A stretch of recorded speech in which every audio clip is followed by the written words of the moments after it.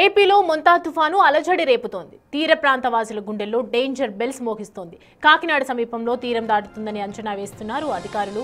తుఫాన్ ప్రభావిత ప్రాంతాల్లో ప్రజలు క్షణక్షణం అలర్ట్గా ఉండాలని సూచించారు. విశాఖపట్నం, విజయనగరం, శ్రీకాకుళం, అనకాపల్లి జిల్లాల్లో ఇప్పటికే వర్షాలు కురుస్తున్నాయి.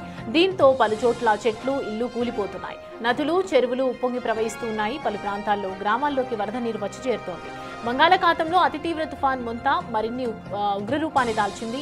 తీరానికి సమీపిస్తున్న కొద్దీ భీతావాహంగా మారుతోంది.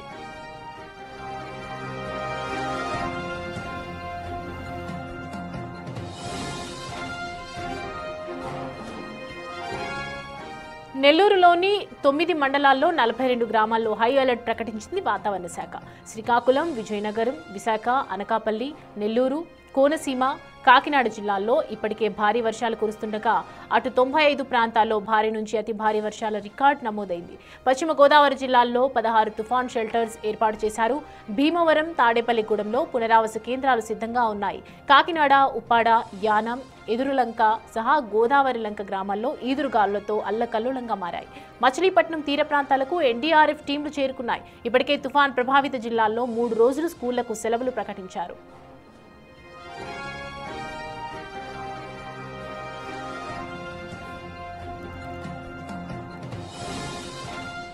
తుఫాన్ తీరం దాటే సమయంలో గంటకు 120 కిలోమీటర్ల వేగంతో ఈదురుగాలులు వీస్తాయని చెప్తున్నారు వాతావరణ శాఖ అధికారులు. రాత్రికి మచిలీపట్నం, కళింగపట్నం మధ్య కాకినాడ సమీపంలో తీరం దాటనుంది. కోస్తా జిల్లాల్లో అతి భారీ నుంచి అత్యంత భారీ వర్షాలు కురిసే అవకాశం ఉందని వాతావరణ శాఖ అధికారులు తెలిపారు. ఇదిలా ఉండగా ఏపీలో 17 జిల్లాలకు రెడ్, 5 జిల్లాలకు ఆరెంజ్ అలర్ట్ జారీ చేశారు వాతావరణ శాఖ అధికారులు.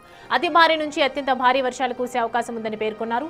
20 సెంటీమీటర్ల కంటే ఎక్కువ వర్షపాతం నమోదయ్యే ఛాన్స్ ఉందన్నారు. పలు జిల్లాల్లో ఆకస్మిక వరదలు రావచ్చని హెచ్చరికలు జారీ చేశారు. అటు ఎలాంటి పరిస్థితిని అయినా ఎదుర్కొనేందుకు సిద్ధంగా ఉన్నామని అంటోంది ప్రభుత్వం.